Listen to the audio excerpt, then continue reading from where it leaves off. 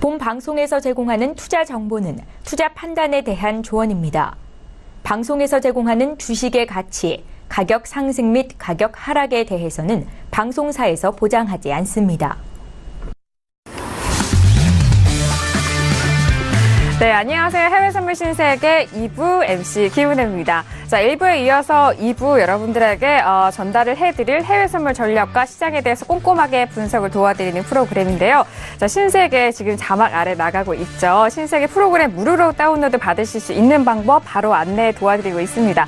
9명의 마스터가 여러분들을 위해서 해외선물 전략과 신호를 보내드리기 위해서 기다리고 있는데요. 지금 바로 실행을 하셔서 이분들의 해외선물 전략 바로 받아보시길 바라겠습니다. 자, 그리고 신세계는요, 방송이 진행되는 동안에 실시간으로 여러분들이 참여하실 수 있는 방법이 활짝 열려 있습니다. 전화와 문자, 그리고 유튜브 실시간 채팅방도 활용이 가능한데요. 전화 주실 때는 서울전화 02-3153-2611번, 2612번 두 대의 전화가 준비되어 있고요. 문자 보내실 때는 샵 0082번으로 보내주시면 시장에 대해서 궁금하신 점도 보내주시면 저희가 실시간으로 상담도 도와드리도록 하겠습니다. 그리고 유튜브는 서울기대TV를 검색을 하시고 바로 시청 가능하신데요. 실시간 채팅방으로도 많은 의견 남겨주시길 바라겠습니다. 아울러 저희가 방송 중에 이렇게 제공되는 정보에 대해서는 상품의 가치와 수익률을 보장하지 않는다는 점, 또한 저희 프로그램은 자본시장 통합법을 준수하고 있습니다. 1:1 투자 상담과 무인가, 영업행위, 불법 대여 계좌 홍보 및 가입 권유 등 이런 모든 불법 사항에 대해서 엄중하게 금지하고 있다는 점 또한 다시 한번 고지 도와드리도록 하겠습니다. 자, 신세계 2부 역시 선재 마스터와 김호근 해설위원님과 계속해서 함께하고 있는데요. 자, 1부에서 저희가 다루지 못한 이슈, 네 번째 이슈도 함께 짚어드리면서 시장 대응하실 수 있는 실시간 리딩도 같이 도와드리도록 하겠습니다. 자, 선재 마스터님. 네. 저희가 또 1부에서 오늘 좀 잔잔한 시장 속에서도 그 다음 거래를 위해서 또 좀 중요한 가격대라든지 시장에 대해서 짚어드렸는데, 지금 현재 시장 상황은 어떻게 보시나요? 지금 시장 상황이요? 오늘 빨리 진입 자리가 좀 있나요? 네. 빨리 투시 되길 기다리고 있습니다. 일단 기다리는 거예요. 그렇죠. 중요한 게 우리 때 쉬어야 되지 않습니까? 우리가 너무나 매일같이 매매를 해야 된다는 강박관념을 좀 벗어나야 돼요. 맞아요. 그래서 뭐 이제 이렇게 좀 여유를 갖고 뭐 평일이긴 하지만 좀 시장을 좀 보면서 오늘 일찍 끝나니까 내일이나 매매 계획을 좀 세워보고 또 지난주 금요일에 워낙 시장이 좀 변동이 심하지 않았습니까? 맞아요. 그런 상황을 좀 복귀하면서 이렇게 시장이 변동이 심할 때 이 순간에 어떻게 매매를 해야 되는지 한번 이제 그런 것 좀 점검했으면 좋을 것 같아요, 2부에서는. 네, 알겠습니다. 네. 그리고 뭐 그런 게 있죠. 일반적으로 갭 장세가 있을 수 있는 날들은 우선은 특별한 그림, 추세 그림이 아닌 이상은 한번 쉬었다 가는 거 굉장히 좋다고 봅니다. 왜 그러냐면 갭이 생길 수 있는 구간. 그러니까 이번에는 장중이기 때문에 갭보다는 뭐 조기 종류가 있으니까 갭이 있을 수 있죠. 하고 그다음에 이틀 동안 뭐 하루 동안 못했던 물량들을 다시 소화할 때 그에 대한 휩쓸 구간들이 발생될 수 있기 때문에 큰 추세 방향성을 타고 있는 애들이 아니라면 잠시 쉬어가는 게 사실 현명하다고 볼 수가 있습니다. 네, 알겠습니다. 잠시 쉬어가는 것도 정말 현명한 매매와 투자 전략이라는 점 다시 한번 오늘 이런 날을 통해서 알려드리고 있는 것 같아요. 김호근 해설위원님. 오늘 좀 잔잔한 분위기 속에서 시장을 또 보시고 있는데 아까 1부에서는 유로까지 좀 짚어봤잖아요. 지금 최근에 많이 보시는 상품에 대해서 좀 알려주실 게 있다면은 딱 생각나는 상품이라든지 뭐 선물의 포인트 뭐 이런 게 있을까요? 상품을 얘기하자면 저는 유로를 빼놓을 수는 없을 것 같습니다. 그러면은 네네.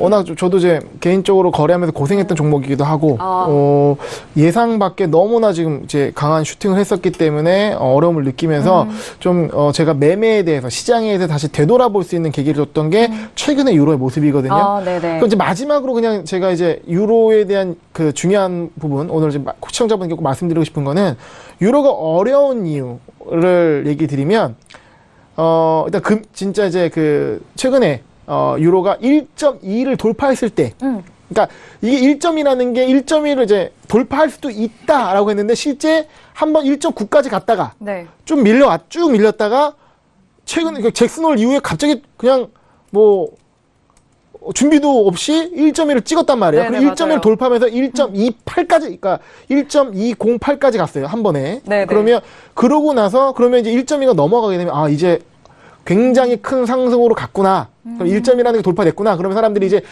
보통 이런 거 있잖아요. 아니, 그러니까 저항대를 돌파되면 이게 새로운 지지선이 된다. 그렇게 봤는데, 1.1 돌파하자마자 계속 또 바로 빠진 거예요. 그럼 이거는 1.2가 돌파된 건 뭐냐. 이게 어려운 거예요. 이거를, 어떤 시장의 힘으로 1.2가 돌파돼서 이제 펀더멘탈적으로 간 거냐. 아니면 휩쏘냐. 지금의 모습은 워낙 단기적으로 다시 1.2 밑으로 내려왔기 때문에 휩쓸어 봐야 네네. 돼요. 그러니까 그런 것들이 지금 시장 분석이 어려운 거죠. 그러니까 네. 1.2라는 걸 기준으로 거기까지 봐왔는데 막상 1.1을 돌파했는데 뭐야 하루 만에 아까 말씀드렸던 것처럼 드라기가 올린 가격까지 쭉 밀려 내려왔거든요. 그러면 이거는 좀 이게 뭔가 판단하기 어려운 거예요. 그렇죠. 올라가는 거야 내려가는 거야 판단이 어렵습니다. 그래서 시장이 어려운 거고요. 유로가 분석이 어려운 거죠. 네. 그래서 최소한 그런 전체적인 큰 그림에서 분석이 어려우면 그럼 좁게 보자. 그러니까 원래는 크게 봐야 이제 어떤 해석이 좋은 건데 크게 봤을 때 안 보이니까. 그러면 짧게 대응을 하자. 그래서 오버나잇 이런 거 안 하고 네. 당일 대응으로 가자. 그러니까 지금 상품의 상황에 맞게 그런 식으로 가야 됩니다. 예, 그런 차원에서 네. 유로에 대해서 좀 말씀을 드렸습니다. 역시나 좀 고심 있게 좀 바라봤던 종목이 관심 있기도 하고 여전히 궁금하기도 하고 그런 종목인 것 같은데 삐졌어요, 저는 유로한테. 너무 심해요. 누가 달래줄까요? 왜냐면 이게 네. 이게 일봉을 보시게 되면 지금 요 올라가는 모습이 이제 유로 일봉 보시면 그러니까 지수가 이렇게 올라갈 수는 있어요. 지수가 네. 경기가 좋으면 이렇게 올라갈 수 있는데 그렇죠. 지수 이거는 자체는. 통화예요. 그러니까 통화가 원에 가기가 어려운 이유는 유로 같은 경우는요. 그냥 유로의 가격이 아니에요. 유로와 달러의 상대 가격입니다. 그러니까 분자에는 유로가 있고 분모에는 달러가 있는 거예요. 그렇죠. 그러니까 달러와 유로의 상관관계인데 극단적으로 가기가 쉽지가 않거든요. 그런데 지금 보시면 7월 기준으로 7월 초 기준으로 이 가격이었어요. 1.13이었어요. 네. 근데 불과 한 달 좀 두 달 좀 안 되는 기간 동안 이렇게 올라간 거거든요. 네네. 통화는 이렇게 잘 안 움직입니다. 이게 짧은 기간에 이렇게 큰 폭의 변동성 보이지 않습니다. 네. 근데 이렇게 지금 짧은 구간 안에 일봉상의 거의 분봉의 모습을 보여준 거는 네네. 굉장히 이제 트레이딩 하는 사람으로서 좀 흔히 말하는 이제 그 정규 분포의 패테일 그러니까 네네. 블랙산이 나오는 정도의 상황이기 때문에 시장 분석이 이게 뭐지? 이렇게 좀 과한데라는 거를 좀 주는 거죠. 네. 네. 알겠습니다. 맞아요. 지수 같은 경우에는 경기가 좋아지고 또 그 안에 기업적인 가치와 시장이 호조를 보였을 때 이렇게 원웨이로 지수가 좀 상승하는 그런 흐름의 차트는 항상 보실 수가 있는데 통화에 대한 부분은 이런 원웨이가 어려운 만큼 최근의 흐름이 정말 분석하기 어렵다. 스토리 쪽 약간 재밌게 좀 삐지셨다라고 했는데. 좀 너무하잖아요. 그러니까요. 근데 재밌는 건 또 네네네. 뭐냐면 최근 들어서 제가 애널리스트 시향을 보다 보니까 외신 네네. 시향을 보다 보니까 유로가 이젠 좀 빠질 때가 됐다는 리포트들이 좀 많이 나오고 있어요. 쌓이고 있어요. 그러니까 리포트가. 그거에 대해서 얼마나 믿냐 안 믿냐는 떠나서 이거 일종의 지표가 되는 거죠. 계속 네네. 상승할 때는 1.2까지 갈 수 있다는 리포트가 쌓였거든요. 네네. 근데 지금은 1.2에서 저항 받아 보니 그러니까 여러 나라의 곳곳에 있는 리포트 그 이제 애널리스트 분석 그러니까 그 FX 트레이더들의 이제 분석을 보면 좀 이제 어느 정도 정점이 와서 달러의 강세, 유로의 약세가 나올 수도 있지 않느냐는 네네. 리포트를 조심스럽게 좀 늘어나고 있어요. 네. 그래서 물론 유로의 상승을 예측하는 리포트도 있죠. 네. 하지만 그런 추세, 그러니까 리포트의 트렌드가 나오고 있다는 점 참고하시면 좋을 것 같습니다. 네, 알겠습니다. 유로에 대해서 1부에 이어서 또 계속적으로 좀 말씀을 드리고 있는데 마스터님도 1부에서 유로에 대해서 짚어주셨잖아요. 네. 최근에 유로 매매는 좀 어떠신지 좀 총평을 저희 해주시자면. 유로 네. 회원들하고 시청자분들하고 저희하고 다 올 수익 나서 뭐 당연한 거 아니겠습니까만은. 자, 우선 컨셉을 설명 좀 좀 드릴까요? 네. 죄송합니다. 사실만 말하다 보니까 이게 계속 수익 났다는 지난주에 안 이야기밖에 안 그러셨거든요. 하거든요. 지난주에 너무 스스로에 대한 자랑이 없으셔서 주변에서 엄청 해드렸는데 오늘은 조기 종료라서 그러신가 봐요. 네. 조기 종료라서 아유, 기분이 귀찮아서요. 이게 네. 겸손도 지나치면 피곤합니다. 네. 네. 한결 좀 마음이 여유 있으신가 봐요. 네, 응원합니다. 네. 뭐 저희야 뭐 원래 자 이렇게 보자면 우선은 저번에 한번 말씀드릴게요. 우선은 예상보다 약간 한 하루 정도 더 친 거였고요. 네. 저희가 이제 고가에서 매도를 치기 시작을 해서 중간에서 우리가 치기 시작을 했을 거예요, 얘네들을. 그래서 이게 잠깐 밀려서 그때 처음 방송할 때 회원들 이제 급락으로 뭐 100팅 먹고 나오고 그러셨거든요. 네네. 그러니까 손절을 뭐 20개 드렸는데 이제 물리신 거죠. 이 손절 안 리딩 하시고. 방송을 또 저희 서울경제에서 무료 방송으로 함께 또 네네. 하셨잖아요. 그죠? 했었죠. 네네네. 그리고 이제 이거 방송 끝나고 가서 그때도 새벽 2시 정도에 마이크를 잡고 있으신 분들 네. 이거 다시 한번 방송에서 왜 그렇게 이야기했는지. 어. 그러니까 이게 추가적으로 더 1차 자리 정확히 이 자리 갈 거다. 그리고 매수 친 애들도 어차피 수익은 줄 거지만 방송에서도 말씀드렸을 거예요. 네. 그래서 이제 지금 구간 애매하니까 추가적으로 익절 잡고 보신 분들 보시고 수령 아까 설명드렸다시피 수령 상단부 나오면 건들자. 나도 잘 모르겠으니까 아직은. 그래서 추세가 빠지거나 이제 반등한 놈들 치자 그랬기 때문에 우리가 이걸 변곡을 다 노리지 않아서 처음에 최고가 치기 전에 전날 이제 물린 거 그다음에 걱정하지 말자. 단가 맞추면 다 싸울 수 있는 애들이고 무리한 배팅들은 다 되돌린다. 그래서 뭐 수월하게 큰 수익으로 나온 상태고 그 이후에도 저희는 이제 그 해설위원님이 말씀하신 그 이후에 훨씬 우린 고가에서 손댔기 때문에 사실은 뭐 그렇게 무리수가 없었죠. 그리고 그 전에는 이제 크루드 오일에 많이 집중하다 보니까 그래서 쉬었다가 손댄 게 오히려 훨씬 더 수월하게 매매했던 상황이 된 거죠. 네, 저희한테. 그게 어떤 차이냐면요. 그러니까 제가 유로의 잔상이 깊고 좀 어려웠다는 부분 그리고 이제 마스터님께서는 좀 수월하게 대응했던 부분 그 차이는 차트적으로 분석해서 그날그날의 차트적인 대응을 하는 것과, 그러니까 저는 좀 시향을 써야 되고 하기 때문에 장기적인 뷰로 유로가 좀 과하게 올랐다라는 기준들을 그냥 7월부터 끌고 왔기 때문에 이게 좀 지치는 거죠. 그러니까 펀더멘탈 분석이 굉장히 불리한 구간인 겁니다. 그러니까 일반적으로 펀더멘탈 분석이 많이 맞는데 네. 이런 경우에는 펀더멘탈리스트, 그러니까 차트리스트의 펀더멘탈이 굉장히 힘든 구간이죠. 그러니까 분석으로 안 맞아요. 그러니까 그런 펀더멘탈 분석으로 안 맞고 차트적인 분석으로는 대응이 가능한. 그래서 그런 어떤 성향에 따라서 좀 잘 맞는 구간이 있고 어려운 구간이 있는데 저 같은 경우는 이제 시향을 여러분께 써드리고 그리고 좀 펀더멘탈에 근거한 매매를 하기 때문에 네. 굉장히 유로에 있어서 굉장히 애를 먹었다 고생을 했다는 말씀 드리는 겁니다. 맞습니다. 그게 있어요. 이제 네. 저희도 우리 시황을 보면 시황은 이렇게 하고 싶은데 그림이 약간 네. 애매할 때 있어요. 근데 다른 게 할 게 있으면 그걸 손대는데 그런 거 이제 잘못 진입하게 되면 고생할 경우가 생기게 되죠. 충분히 그런 경우가 있고요. 네. 그다음에 저희 차트 보면 저희는 여러분들한테 설명드리고 싶은 게 딱 선 하나 보여드리고 싶어요. 유로 어떤 FX. 선일까요? 함께 선 하나 살펴볼까요? 나오네요. 보실까요? 이 선입니까? 우리가 이걸 봤기 때문에 여기서 고가 쫓아갈 이유가 없죠. 예. 그리고 시청자분들 뭐 같이 들었기 때문에 얘가 이게 막혀 있고 그다음에 추세 상단부가 저희가 딱 이거 설명했을 거예요. 제가 지난주에요. 네. 네. 네 저희가 사인 나갈 때 네. 이게 채널이다. 자 시청자분들 이게 채널입니다. 그래서 누군가가 여기서 물렸대요. 그래서 이 윗구간 오면 분할을 해서 단가를 이 위로 맞춰서 우리가 빠져나올 겁니다. 회원님은 시청자분들은 여기서 추가 진입하지 마세요. 단 추가 진입 안 하셔도 수익으로 나올 수 있습니다. 걱정하지 마세요. 아, 위에서요? 네네. 그리고 얘네들은 최소한 고가를 치지 않고 수렴에 들 가능성이 높습니다 하고 저번 주에 와서 여기서 추가적으로 더 밀립니다. 이거 사인 드린 거예요. 그리고 그거에 입각해서 얘네들 라인들 제가 넘어가겠다고 보겠습니까? 저는 상단부 제약 봅니다. 어차피 매도 자리입니다. 저희는 이렇게 사인이 나갔기 때문에 네. 1차 자리 찍은 다음부터 지금 약간 고심하고 있는 상태고 그 이후부터는 뭐 이제 다음 주 좀 움직임 보고 좀 더 공격적으로 대응을 하려고 하고 있죠. 네. 그래서 알겠습니다. 뭐 그렇죠. 뭐 그런 그림들이 있으면 기본적인 그림이잖아요. 빠졌다가 되돌림이 있을 때 상방 제약은 본다. 네.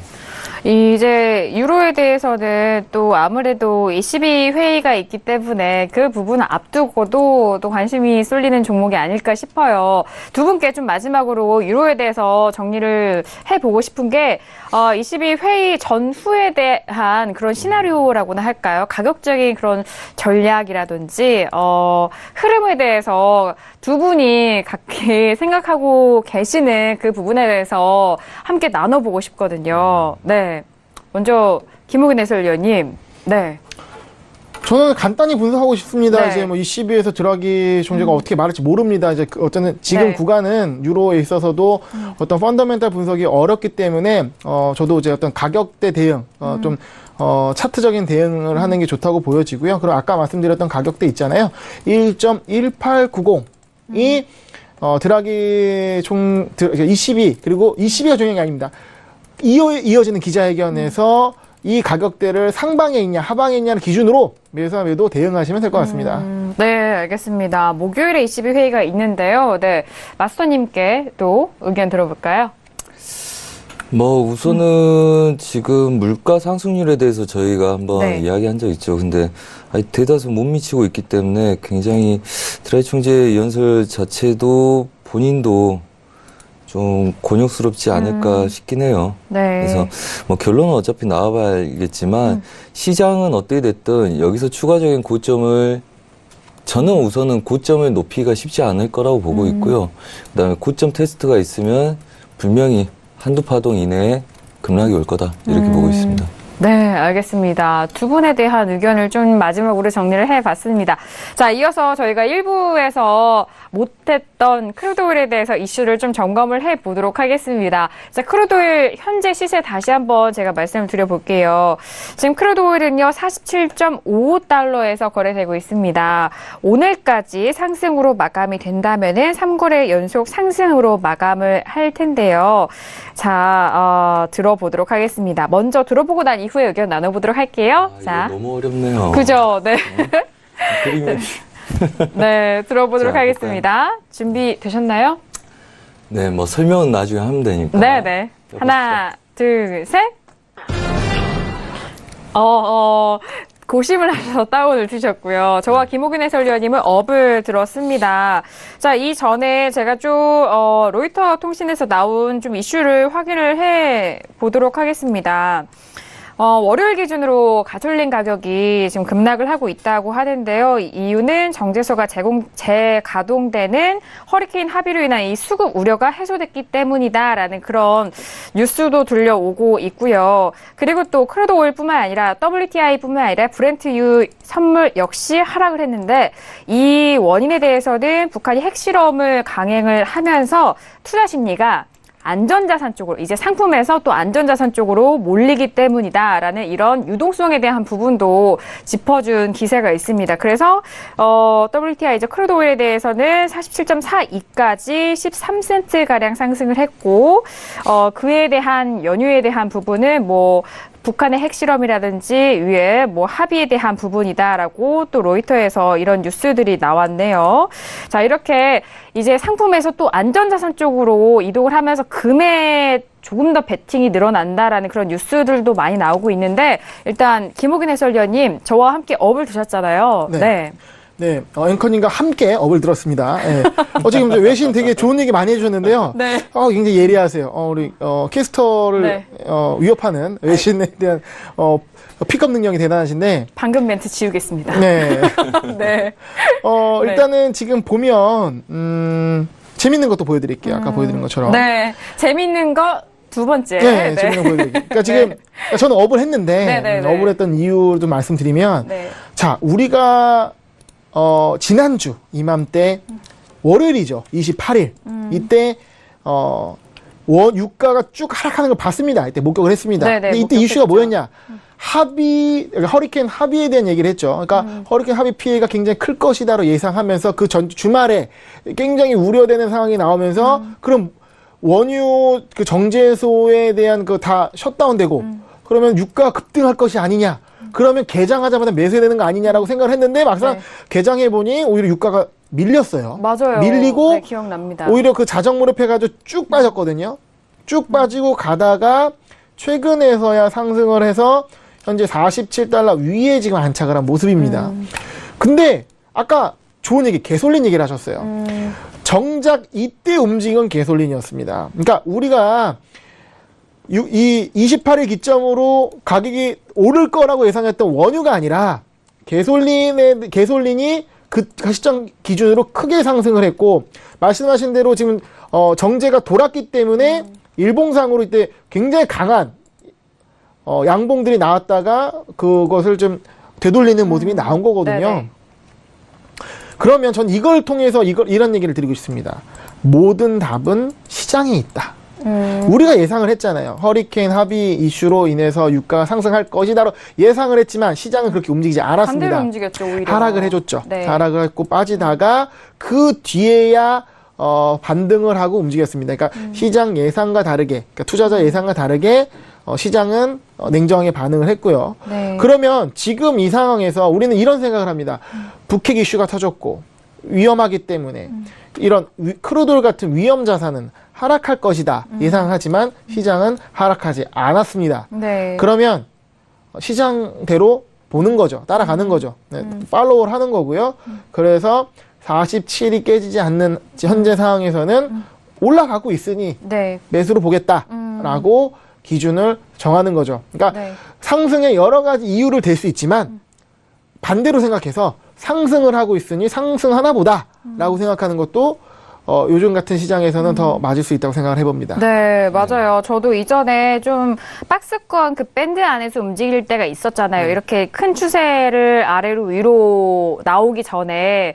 그래서 그 박스권 위쪽으로도 아래쪽으로도 터지지 못했던 그 박스권 흐름이 지나고 난 다음에는 그냥 가던 대로 가더라고요. 정말 네. 말 그러니까 그대로. 굉장히 중요한 건데요. 네네. 시황을 기준으로 매매하는 할 때 위험한 건 뭐냐면 아집이 생겨서 왜 이렇게 안 움직이지? 분명 시장이 이렇게 움직여야 되는데라고 생각하면서 자기가 버티게 됩니다. 그러다가 시장한테 한번 당하고 네. 죄송합니다 하고 손실을 크게 보죠.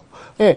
그러니까 왜냐하면 이제 그런 건 주식이랑 비슷한 거예요. 주식에 수급에 이기는 장사 없다는 거잖아요. 그러니까 수급이 재료 앞서는 거잖아요.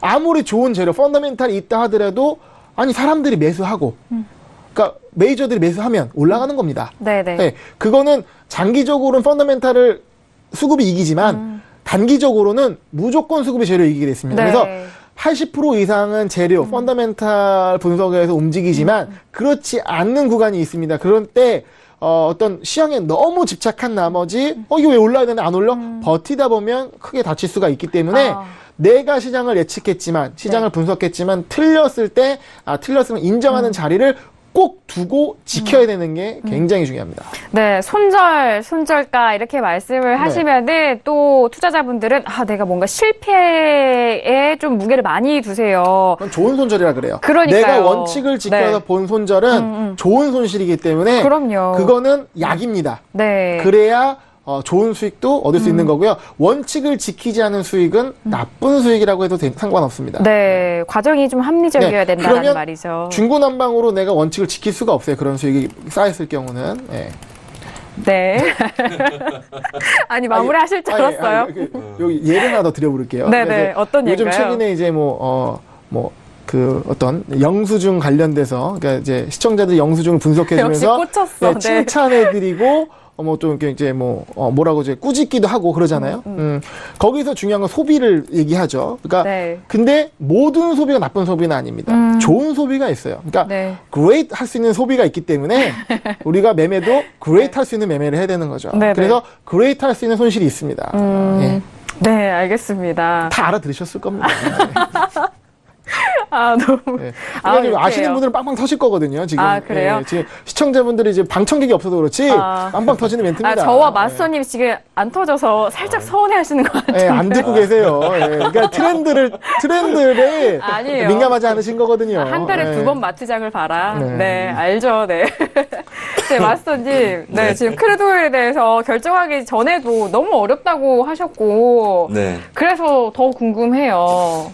저 명확히 사인 드리고 네. 그다음에 저희가 보는 건 명확히 있습니다. 그리고 두 분 방향 설정 잘 하셨어요. 하지만 제가 매도 든 건 의도가 있습니다.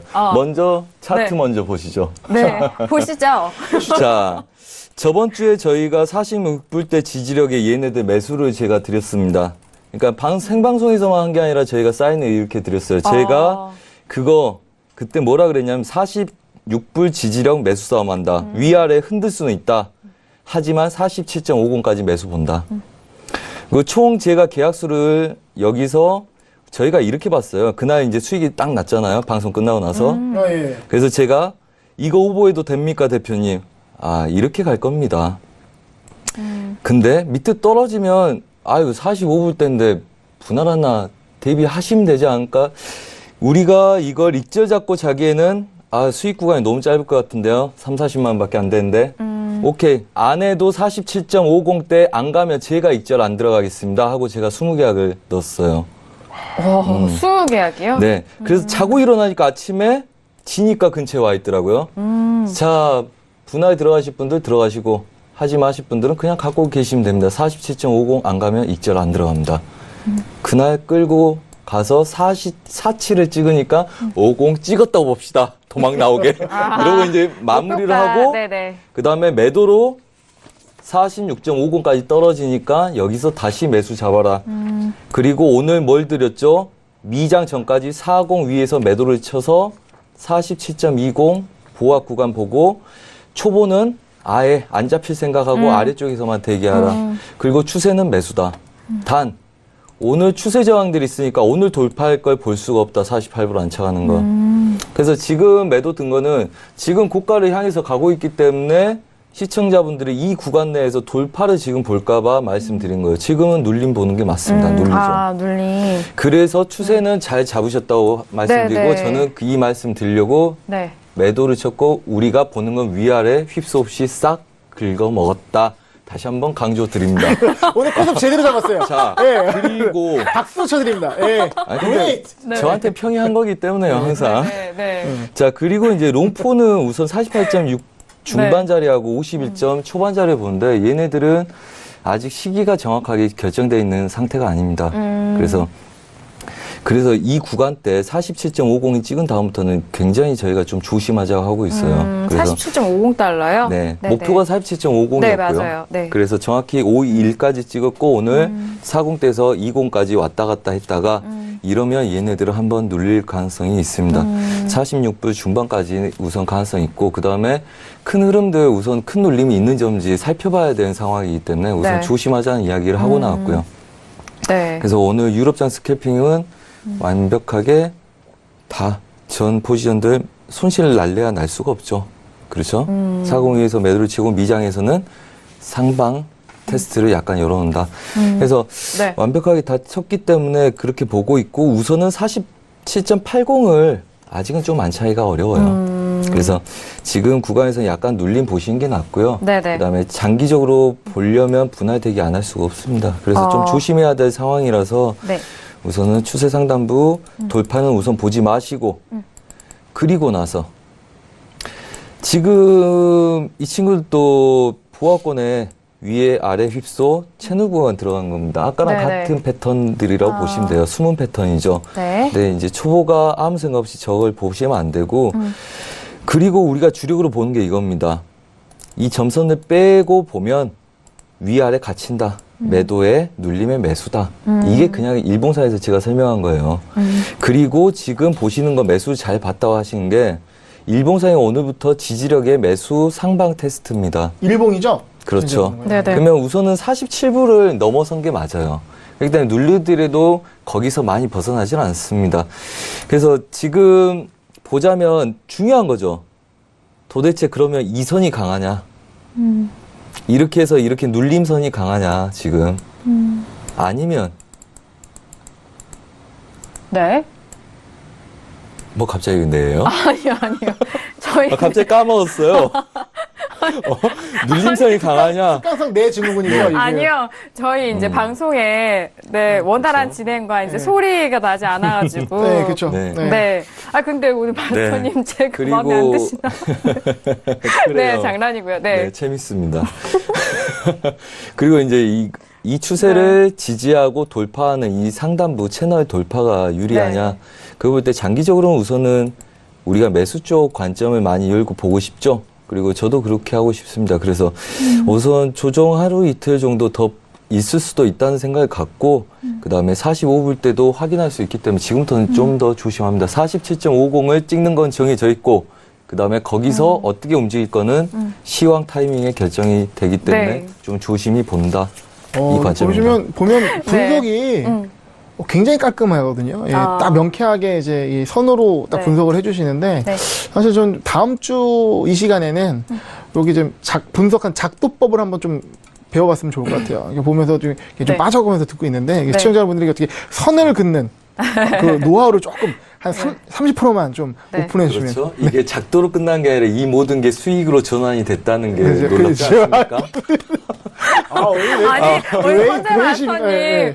오늘 쉬잖아요. 너무 좋습니다. 오늘 가서 새벽 컨디션 2시, 좋겠군요. 3시에 내가 마이크를 다시 안 잡아도 된다. 얼마나 행복합니까? 정말 행복해 보이세요. 네, 제가 혹시 우려되는 사항이 있어서 항상 방송 네. 끝나면 가서 잘못된 포지션이나 네. 문제되는 포지션도 한번 있으면 체크하고, 항상 네. 2-3시에 네. 체크를 하고 자거든요. 네. 그래서 오늘 좀 행복합니다. 네, 그리고 말씀을 해주실 때 각 포인트 있잖아요. 투자자의 그 성향이라든지 레벨에 맞게 또 이렇게 분할해서 또 말씀해 주시는 게 초보자용이 중요한 것 있고 같아요. 중급자용이 있다. 여기 굉장히 인상 맞아요. 깊습니다. 네. 매매에 있어서 그런 기준이 참 중요하잖아요. 그렇죠. 제가 네. 강연에 여기서 강의할 때도 스페셜 강의할 때 말씀드렸죠. 네네.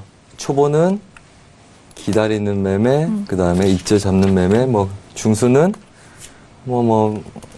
고수는 마음대로 하세요. 뭐 이런 거 단계별로 있었던 것처럼 실제 자리도 중고수가 버텨낼 수 있는 만약에 대응 방법이 있는 자리와 그다음에 무조건 수익 나는 자리와 그다음에 초보가 리스크가 있을지 모르기 때문에 대응해서 후회 없이 매매할 수 있는 자리가 네. 분명히 존재합니다. 각 시기마다. 네. 그러니까 이제 방송 들으시는 분들이 이제 초보자도 있고 이제 경험이 어느 정도 쌓인 분들이 있고 네. 잘하신 분도 계신단 말이에요. 그래서 참고용으로 그럼요. 들으시는 분도 계신단 말이에요. 그러니까 그런 이제 그 상황에 맞게 대응 방법이 다르다는 거고 그거에 대해서 좀 일목요연하게 설명을 해주신 것 같습니다. 네. 대신 그런 게 있죠. 제가 보는 관점은 정확히 기준을 설정해 놓고 대신 거기에 휩소 구간을 초보는 대응하게 하는 거죠. 네. 거기서 좀 더 유리한 자리. 승률이 애매할 좋은 때는. 자리. 그렇죠. 예. 승률이 좋은 자리. 그리고 손실이 짧은 자리를. 그리고 무조건 놓쳐버릴 수 있겠다 하는 자리는 이제 공격적으로 들어가고. 그래서 상황마다 너무 관점들이 많기 때문에 네.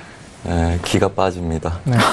결론이 매일. 네, 결론은 기가 빠집니다. 아우 피곤해라. 네. 다 신경 써야 되니까. 아, 그럼요. 스트레스 많이 심하고 그렇기 때문에 오늘은 돌아가셔서 리딩을 안 하셔도 되니까 너무나 네. 행복하다라는 아. 결론이었습니다. 네, 예. 왜냐하면 또 이렇게 정말 전문 트레이더들도 이렇게 휴식이 중요하고 필요합니다. 그렇기 때문에 오늘 같은 날은 시청자분들이라든지 어느 그 레벨의 투자자분들이던 간에 이런 시간과 또 잠시 관망하는 자리는 꼭 필요하니까요. 시장에서 무조건 매매를 하셔야 된다라는 말은 네, 지양하시라는 점 다시 한번 강조를 드리도록 하겠습니다. 이 타이밍에서 네.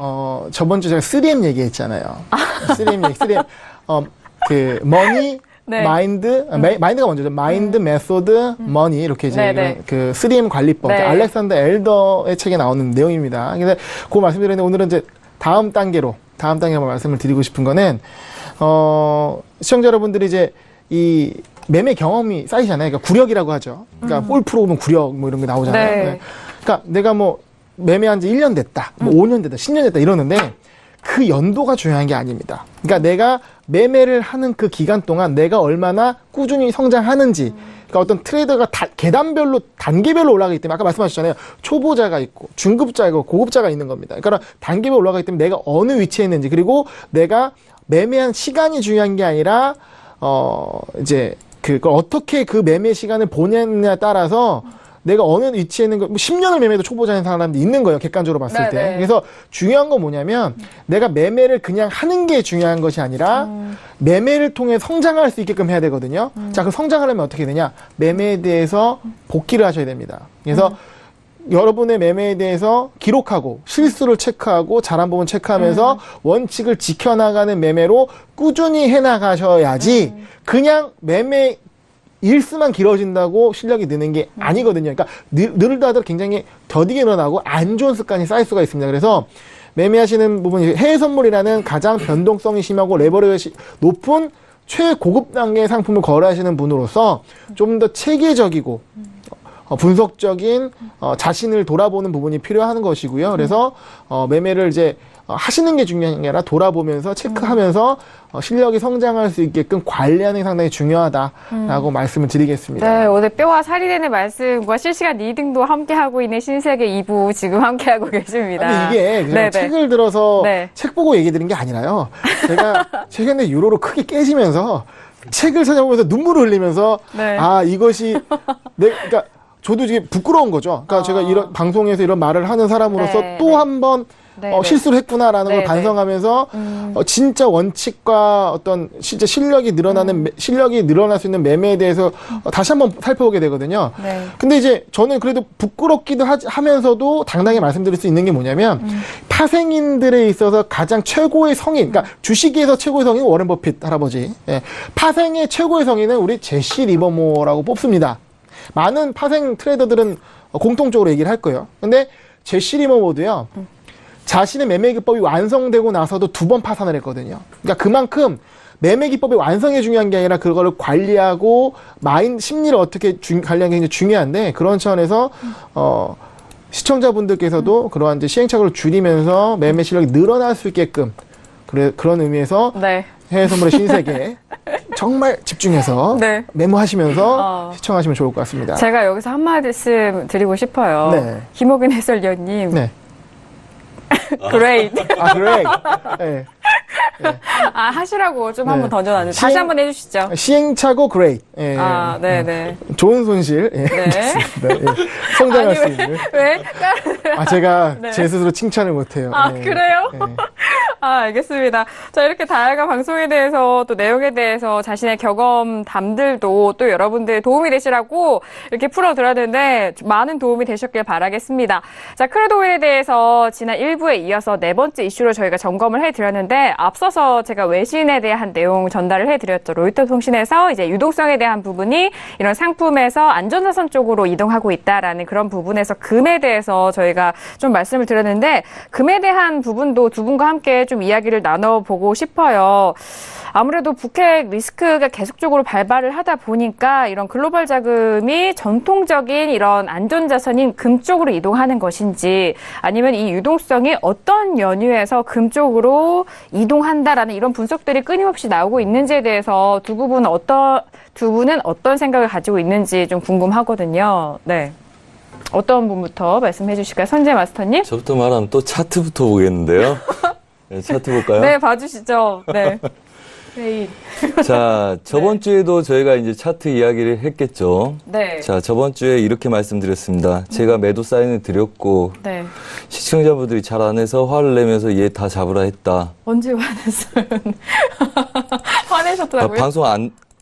방송 그때 네. 같이 했었잖아요. 네네네네네. 이제 이게 추세가 깨지는데, 네. 이게 추세가 깨질 거다. 위에서 매도 네네. 잡고 1차를 잡고 1차 목표가 찍으면 2차까지 끌고 간다. 네. 그래서 저번에 8월 30일이었죠. 제가 나왔을 때가. 그래서 방송을 되돌아보시면 8월 30일 날 목표가가 다 와서 보합 뛴다. 근데 시청자분이 이거 매수 추세로 잡아도 좋냐고 오늘 해서 네네, 내가 이거 기억납니다. 넘어가겠습니까? 얘네들 보합이지. 네, 네. 그 다음에 한 말씀이 일봉상 눌림이 더 있어야지 매수 추세 가능합니다. 지금 매수 잡아놓으면 분할 대기 하셔야 됩니다. 말씀을 드렸어요. 네네. 볼까요? 일봉상에 눌림 다음에 매수 추세가 나죠. 이게 어느 정도 정해져 있었다는 그림입니다. 제가 분석한 겁니다. 뭐 사인 드렸던 거고. 네. 재밌네요, 이거.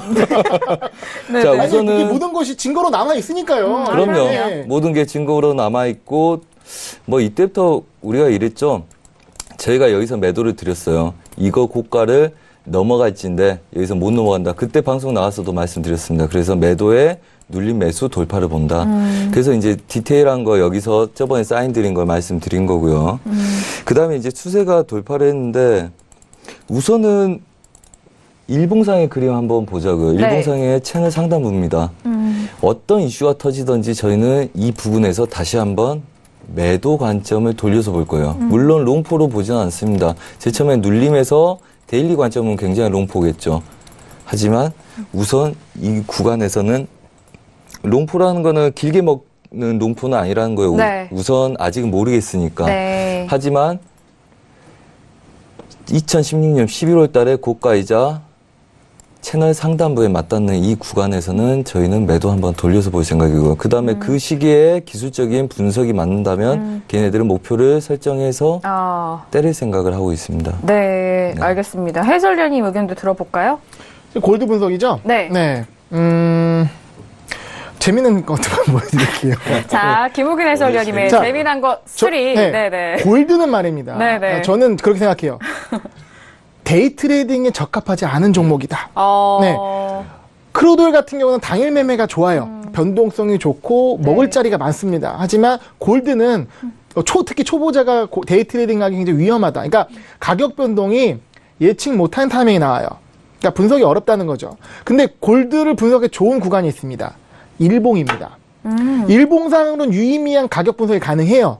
그렇기 때문에 골드 같은 경우는 좀 큰 증거금으로 적은 계약수를 가지고 일봉 매매를 하는 게 좋다고 생각합니다. 그래서 일봉상으로 차트를 좀 보게 되면 그냥 선 하나로 끝나요. 1300 요선입니다. 볼까요? 네. 네. 일봉상 2선인데요. 지금 2016년 초부터 이 저항대 자리에 얻고 돌파됐다가 다시 꺾여 내려왔죠. 이게 저항선이 지지선으로 바뀌었다가 깨지면서 다시 저항선으로 변경됐습니다. 네. 그러면서 저항 한번 또 생겼고요. 쭉 내려왔습니다. 그때는 이 가격이 의미가 없죠. 다시 올라옵니다. 올라오다가 한 번 부딪히고 두 번째 부딪히고 요 가격대 지난주 이때 얘기를 했을 겁니다. 골드가 1300을 상방 돌파하느냐. 왜냐? 굉장히 중요한 가격대이기 때문에. 근데 1300대를 돌파했죠. 그러면 일본 기준으로는 매수로 봐야 하는 겁니다. 그래서 1300 위에 있기 때문에. 그러면 네. 이거는 어떤 식으로 대응하면 좋냐면 일봉상으로 눌림목에서 매수를 타는 전략. 그리고 1300이 깨졌을 때는 매수가 아니구나 하고 정리되고 나오는 전략. 그렇게 보시는 게 좋습니다. 그래서 네. 그런 차원에서 말씀을 드리는 거고요. 지금 네네. 질문 이거잖아요. 네네. 전통적인 안정자산 금으로 대이동 대츠 노노 아니라고 생각합니다. 자, 안전자산에 네. 상승했다? 물론 네. 그런 이유도 있지만 네네. 가장 큰 이유는 네네. 달러 약세입니다. 금이나 원유 같은 이런 상품들은 네. 달러로 평가됩니다. 그러니까 금이 예전에 온스당 2,000달러를 돌파하려고 갔을 때는 달러가 양적 완화 뭐 1, 2, 3 들어가면서 굉장히 대약세를 할 때였거든요. 그 힘을 같이 받아서 금이 온서 2,000달러 갔던 거고 최근에 달러 인덱스를 보시면 네. 추세 하락이잖아요. 네. 바닥 확인하지 않고 계속 가는 하락이었습니다. 이런 힘을 받았기 때문에 골드가 상승하는 흐름이 나온 겁니다. 네네. 그러니까 안전자산 성격도 있지만, 그러니까 이거는 미국채랑 비교해보면 좋아요. 네. 그래서 단순히 안전자산 성격을 골드가 많이 확보했다?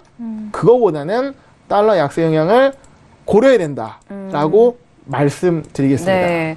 지금 달러 약세에 대해서 골드가 또 영향을 받은 부분을 말씀을 해주신 네. 것 같아요. 그 힘으로 1300 위로 돌파한 거거든요. 네. 네.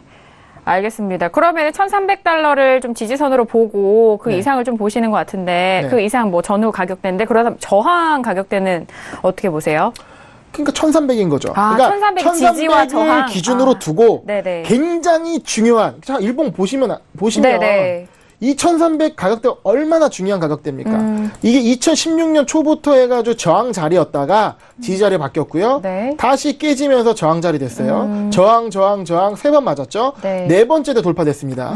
돌파된 거로 우리가 이제 객관적으로 보는 거죠. 일봉상으로. 네. 그러면 1300 위에서는 네. 지금 얘는 지지선인 거예요. 1300은. 네. 저는 지지선을 보는 거고 위로 얼마나 보느냐 그거는 이런 일봉 매매에서는 의미가 크게 없습니다. 네. 전고점 보는 거죠. 1차 전고점은 돌파된 거잖아요. 그럼 다음 고점씩 봐가면 되는 겁니다. 네. 그리고 매수는 눌림목에서 매수 들어가는 전략으로 보시면 조금 쉽습니다. 네. 우선 네. 네. 그러면 이제 우선은 뭐 참고할 만한 걸 또 제가 시청자분들한테 좀 더 정교한 자리를 좀 주시면 좋을 거죠. 보여드리면 좋을 것 같아요. 그런 네. 관점에서 좋은 관점입니다.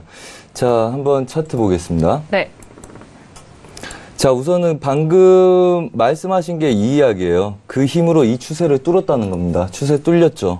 예, 뚫렸다는 거고, 그 다음에 제가 그래서 이제 얘네들 상단부에서 눌림 본다는 거죠.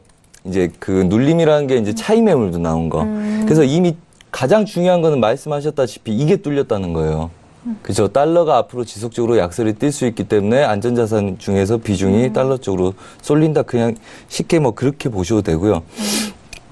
대신 이제 그 큰 틀은 가정을 둘 수가 있어요. 우선은 얘를 뚫린 상태에서 아래 구간 정렬하게 지지를 받았던 구간들.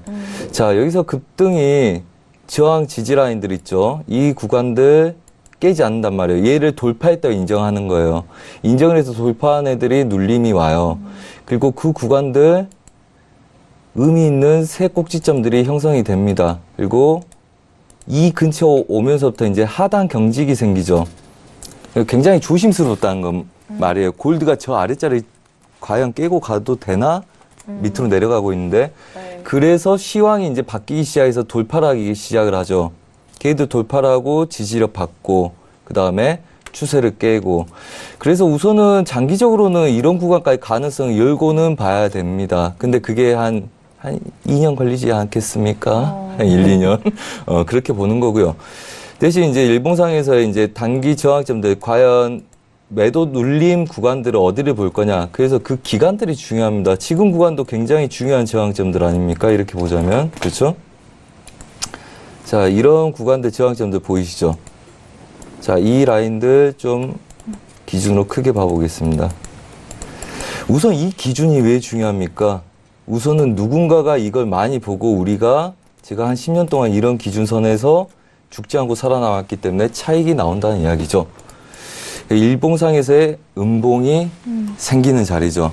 이제 저 구간들이 우리가 뭐 별거 아닌 것 같지만 저런 네. 게 50만 원, 100만 원을 주면서 시작을 하는 거죠. 아. 그래서 이제 저런 채널 구간들의 눌림을 보면서 큰 추세는 아마 이런 상단부 제약 시간이 지나게 되면 2018년 뭐 이렇게 보자면 이 구간까지 추세 채널 구간도 열려 있고 그다음에 강력한 저항점이기 때문에 저런 구간까지 가능성을 장기적으로는 열어둬도 되겠다 이렇게 보는 거죠. 대신 월물이 바뀌니까 네. 월물이 바뀌니까 문제죠. 네. 월물이 바뀌기 때문에. 그렇죠. 이제 선물은 그렇죠. 만기가 있기 때문에 그렇죠. 네. 이게 만기에 대한 이제 롤오버 관리 이런 것도 굉장히 중요한 거죠. 네, 그래서 장기로 거래하기가 굉장히 어렵습니다. 아. 그래서 네. 장기로 거래하게 되면 롤오버 계속 해야 되는 거고요. 추세적, 이제 좀 단기적 판단을 하기에 좀 구조적으로 맞습니다. 유리한 상품이죠. 그리고 아까 말씀하셨다시피 그 골드 스캐핑 어렵다는 네네. 부분 적극적으로 동감합니다. 엔화, 그 다음에 골드, 그 다음에 항생도 거기에 속할 수도 있고요. 네. 우선은 변동성이 심하거나 갑자기 추세가 났을 때 원웨이 방향으로 과도하게 치는 애들 좀 진득하거든요. 그러니까 쭉쭉쭉 가는 게 아니라 그렇죠. 쭉 가고 끝이에요. 네. 네. 그런 대응할 수 있는 여력을 네. 주질 않는 상품이죠. 그래서 저런 관점도 있다 이렇게 생각하시면 될 것 같아요. 그래서 짧은 구간들 공략하기는 오히려 그 말씀대로 그렇게 보면 오히려 더 독이 될 수 있는 게 골드일 수 있다. 네. 이 말씀도 굉장히 중요한 이야기입니다. 네. 네. 그리고 저희가 거의 2부 마지막 시간까지 골드 이야기로 네. 불을 붙이네요. 그러니까 지금 네. 전체적으로 시장을 분석하기 위해서 제일 중요한 거는요. 이 말씀 드리겠습니다. 달러 is very important. 네, 그래서 예, 지금 달러가 약세가 어느까지 갈 거냐를 기준으로 시장이 상품이 움직일 것들이 너무 많아요. 네. 자, 금리 인상 관련됐기 때문에 국채라는 연관이 있죠. 그리고 이제 달러 가치는 미국에 통하니까 지수랑도 연관이 있고요. 달러에 상대되는 유로화 그리고 뭐 금도 마찬가지고요. 뭐 상품도 마찬가지고 이런 것들이 달러 움직임에 크게 영향을 받는데 달러가 이제 많은 전문가들 예상과 다르게 예견과 다르게 약세를 너무 지속해 왔거든요. 그러면은 달러 약세 자꾸 이렇게 계속적으로 말씀해 주시는데 옌이라든지 스위스 프랑 같은 경우에는 달러와 반대로 이렇게 상승을 하고 있다라는 그런 뉴스가 나오고 있거든요. 네. 그 두 통화하고 또 달러 그리고 다 유로까지 이렇게 어떤 관계일까요? 보통 일반적으로 4대 안전자산이라고 부르면 네. 미국채, 골드, 네. 엔화, 달러입니다. 근데 스위스 프랑은 엔화랑 같이 간다고 보고요. 네. 근데 달러가 안전자산 성격을 최근에 잃었어요. 그러니까 예전에는 골드가 그걸 잃었었는데 지금은 네. 골드는 안전자산 성격을 갖고 있습니다. 네네. 그러면서 달러는 오히려 위험자산으로 바뀌었습니다. 성격이.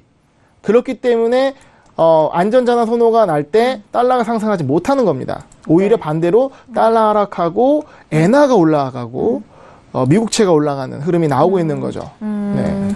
그 혹시 시간 되시나요? 이거 이야기하고 끝냈으면 좋겠습니다. 네, 네, 차트 마무리 한 번만 해주세요. 보시면 좋겠습니다. 아까 우리가 골드 이야기하다가 추세 굉장히 먼 구간 이야기해서 혹시나 여기서 쫓아가는 시청자분들이 있을까봐 좀 우려돼서 드린 말씀인데 분명히 추세는 돌파했습니다. 하지만 상담부 제약이 있기 때문에 얘네들 확인된 상태에서 가셔야지 얘네들 혼조세 양상 될 가능성들 높기 때문에요. 그러니까 여기 안에서 갇혀서 당분간 여기 내에서 출렁거릴 수도 있다는 이야기입니다. 이 저항들 뚫기 전에는 여기서 고점 부근에서 쫓아가면 위험할 수 있기 때문에 네. 하루 이틀 보고 추가적으로 얘네들 안착한 다음에 쫓아가셔야지 위에 뭐 이런 구간까지 롱포로 했다 쫓아가시면 2, 3일 동안 눌림이 있을 수 있기 때문에 얘네들을 확인하고 쫓아가시기 바랍니다. 근데 아직 돌파했다 볼 수가 없다는 이야기예요. 추세는 돌파했지만 이 추세는 돌파했지만 그 다음에 추가적인 상방을 치기 위해서 돌파해야 될 구역에서 눌림이 있고 있기 때문에 여기서 지금 자꾸 뭐 하루 이틀 만에 롱포로 이걸 끌고 가겠다 이렇게 보시면 굉장히 위험할 수 있으니까 그거에 대해서 착각은 하지 마시라는 이야기입니다. 네. 네. 알겠습니다. 워낙 골드에 대해서는 최근에 중요한 부분인 만큼 두 분께서 앞뒤 전후 상황과 앞으로의 골드 매매에 대한 전략까지도 꼼꼼하게 짚어드렸습니다. 너무 아쉬운데 아직도 두 분이 또 하실 말씀이 많이 나와 있는 것도 같아요. 없습니다. 네? 2시 조기 종료를 준비해야 되기 때문에 네네. 거기서 마무리해야죠. 알겠습니다. 자, 오늘 신세계 2부까지 정말 알차게 크루드 오일이라든지 그리고 골드에 대한 부분 그리고 스위스프랑 옌까지 함께 짚어드렸는데 많은 부분에서 도움이 되셨길 바라겠고요. 자신의 투자 전략에 많은 참고가 되시길 바라겠습니다. 자, 신세계 2부에서도 저희가 다양한 내용에 대해서 전달을 도와드렸는데 이 내용은 또 투자 판단에 대한 조언입니다. 상품의 가치와 수익률을 보장하지 않는다는 점 다시 한번 고지 도와드리도록 하겠습니다. 자, 오늘 정말 활발한 의견 전달과 또 토론과 함께 각 상품에 대해서 전략을 두 분께서 정말 열심히 말씀해 주셨거든요. 네. 마스터님, 마지막으로 짧게 한마디만 들을까요?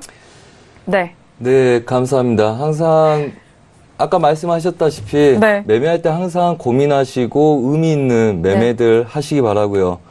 이 경험이 항상 쌓여서 지금보다 더 좋은 실력으로 앞으로 미래를 준비할 수 있게 차근차근 열심히 생각하시면서 매매하시기 바랍니다. 네, 알겠습니다. 해설위원님도요? 한마디 하겠습니다. 네. 매매 복귀 is very important. 네. 김우균 해설위원, great. 네. 자, 이렇게 저희 두 분 여기서 보내드리도록 하겠습니다. 감사합니다. 감사합니다. 네, 감사합니다. 신세계 2부 저희가 알차게 보내드렸는데요. 내일 이 시간 저희는 다시 돌아오도록 하겠습니다. 2시간 동안 함께 해주신 여러분, 오늘도 고맙습니다.